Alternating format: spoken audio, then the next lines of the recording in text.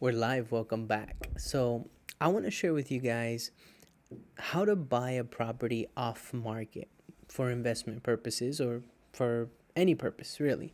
But how to go about and buying a investment property, a property off market, because you see a lot about this online. You see wholesaling, you see people looking up different ways, maybe sending letters of intent, maybe promoting their business that they buy all cash, whatever the case. So I'm just going to share with you my experience on how I bought a property off market. Now, I want to disclose that I do not have a real estate license. So I'm not a realtor. And I bought this property in the state of California. The way that I bought this property was owner to owner. That's what it's called. So off market essentially means the owner of the property was selling it to me directly. And by doing so, the owner of the property does not hire a real estate agent or a broker or anybody to list that property on a multiple listing service. You maybe have heard of the MLS or CRMLS, or they're not listing it online per se on Zillow or on any other Redfin or any other platform. They're just selling it direct. And I've noticed that as I talk to people, property owners, and I'm in the business of purchasing direct from sellers, I've noticed that there's quite a bit of deals that get done this way. It's not really talked too much about. You hear a lot about wholesaling online, which is the idea of opening escrow on a property and then for a fee assigning that property to another investor for them to purchase. But you don't hear too much about just buying directly. And maybe you do. Maybe you're on some platforms or you're on some following some people that do talk about that. But I want to just share with you how I did it. The way that I went about was I remember there was a property that I really liked here in Pasadena, California, and it was listed on the market. And I remember seeing that property was listed somewhere around $900,000, and it was a 4 unit property. So what I did was I made an offer on it, and my partner and I put an offer on the property to buy it ourselves. And we didn't get that property. We didn't get that deal. But when it closed, I saw that it closed at $1.1 million. It was listed for 900 and something thousand, and it closed for 1.1 million. And it was 4 units, and I remember thinking, I really liked that area. We went to go look at it. Driving by, we saw the area. I grew up in a similar, close to Pasadena, so I know the area very well.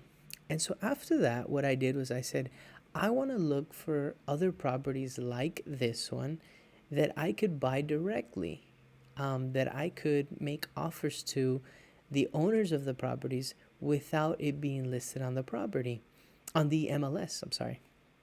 So that's what I did. I used a system that was recommended to me by my buddy, Ed Jai, shout out to him, and it's called PropStream. So I went on this system. Now, I'm not affiliated with them in any way, but PropStream, I pay $100 a month for.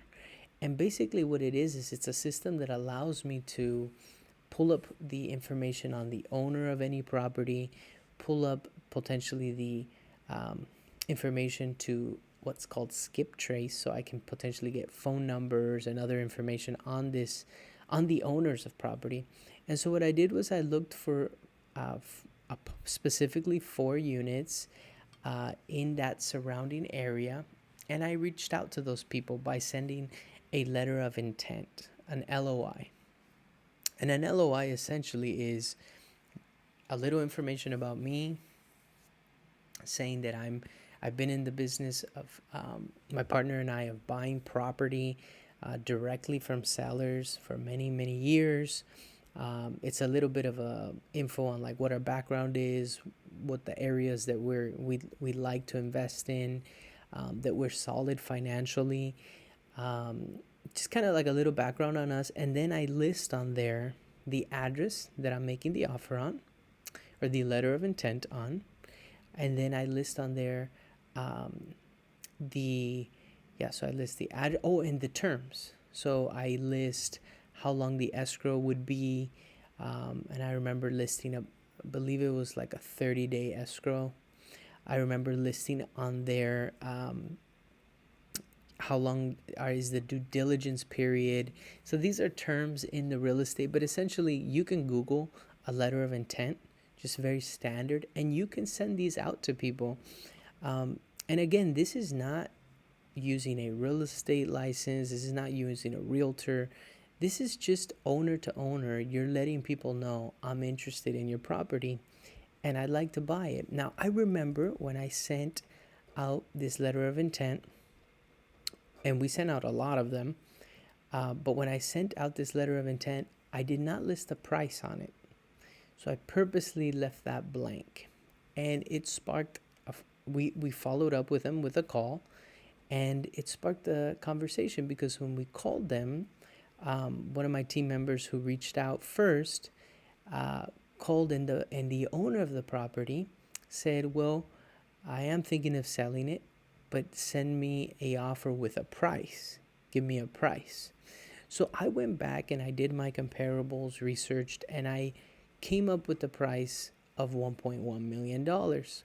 It was a 4-unit, or it is a 4-unit apartment building in California, in Pasadena. And so that's what I ended up sending to them. And that's what sparked the conversation.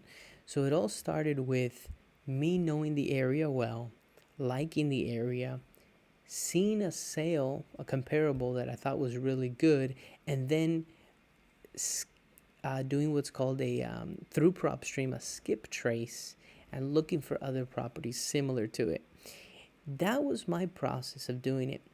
That's step one. Once we actually began speaking to the owner of the property directly, there's always competition, right? So they were apparently looking at some other offers, but the reality is when a property is off market, you're going to have less competition because you're dealing directly with the owner. They're not listing it on these sites. They don't have anyone representing them per se, usually. And so you're able to do a lot more negotiating. And that's what happened here. I began to negotiate directly with the owner and one of their family members that was involved as well. And the process began where we met, we spoke about our intentions to purchase the property. They shared with us that it was an as-is sale. So don't be alarmed by that. Essentially, when you're buying directly from the owner, and this particular property, they owed nothing. They owed $0 on it. So it was free and clear, which was great. So the first offer that we made, actually we presented two. One of them was a seller carry offer, seller financing. And the second offer was at a lower amount, just to purchase it outright and get a loan or hard money or however we would go about. So we actually sent two offers. And that began the negotiating process. The next step, what was for us to do, was to open escrow. So once we agreed on terms and outlined everything, the seller provided us with a purchase agreement. So an offer that they wanted us to use their template. Again, no commissions involved to any realtor or any agents because it was directly with the owner, which, if you're looking at somewhere between 4 or 5% in commissions, sometimes even 6% in commissions to sell a property, which the sale of a property, the commissions come typically from the seller. So, that's 5-6% that they save on $1.1 million. What is that? Somewhere around $60,000 or more. So that's quite a bit of money that they saved. And that's why they wanted to sell it just outright. Now, when they sold it to us as is, basically that was with the understanding that the property needed work. And when we bought it, and actually, when we opened escrow, we couldn't come in and ask for any additional credits or anything of that sort because they're selling it as is. That's why they're selling it, let's say, at a quote unquote discount. And so the next step was, once we had the purchase agreement in good order, the sellers agreed on the price and we agreed on the terms. I opened escrow with them. I opened escrow with them under my name, and the ability to assign that contract if I wanted to add a partner, or if I wanted to wholesale it. But I did not want to wholesale it. I actually wanted to be involved on this one as an investor, as a partner. And that's the way that I went about. I mean, we ended up closing on it. Things worked out. There were some hiccups along the way. But in this video, I really just wanted to share with you guys that there really is no right or wrong way on how to approach a seller, and buy a property off market. It could be a verbal offer or letter of intent. You could just simply verbally let them know you're interested, follow that up with a letter, a little bit more formal, a letter of intent, and continue to follow up with them. I think that's one of the key things here, is that we followed up and followed up and followed up until they were ready to sell. And that process actually took over a year from our first contact to the final closing of escrow. Did take over a year, but that's because there are several things involved in the sale of a property. And if you don't have a real estate license and you're looking to get into the investment world, look at some of those resources, like PropStream, and look at the ability to potentially skip trace. Look at dropping off letters of intent, whether it's by mail, whether it's by just leaving information for somebody at their home, whether it's phone call. You can always promote online as well, but the reality is that you can simply approach people telling them, hey, if you ever are interested in selling, I would be interested in buying it. And that's as an investor. And that's one thing that you want to be really, really clear.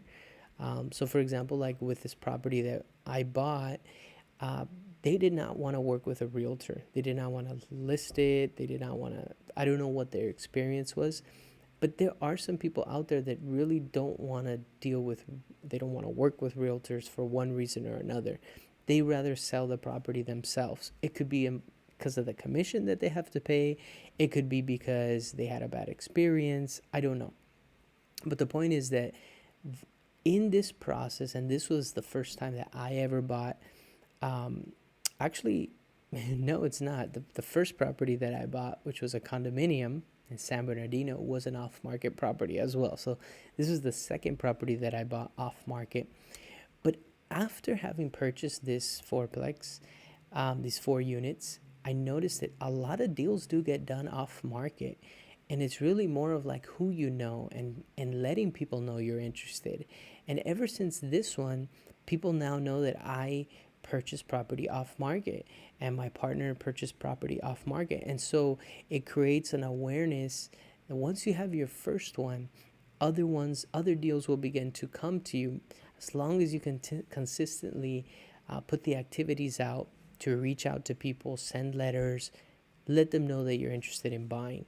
Now, I'll finish off with one thing. Just because a property is off market doesn't mean it's a good deal. And that's something that I learned once I opened escrow and I began to look for a partner on this deal to buy it with them.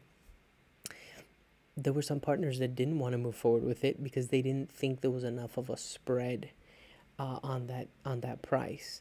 And so I finally found the right partner who had an exit strategy and a plan in place. But just because it's off market doesn't mean it's a good deal. So focus on, before you open escrow, coming to a price that's fair, that's fair, but also that is actually at a good deal, at a discount.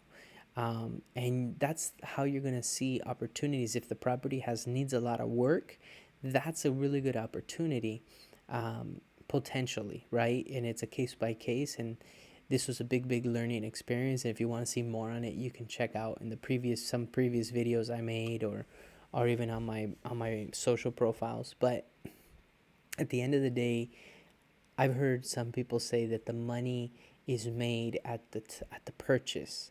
So if you buy at the right price, there's money to be made. If you buy at the wrong price, you better have the greatest terms. And with that, thanks for watching, guys. See you on the next one.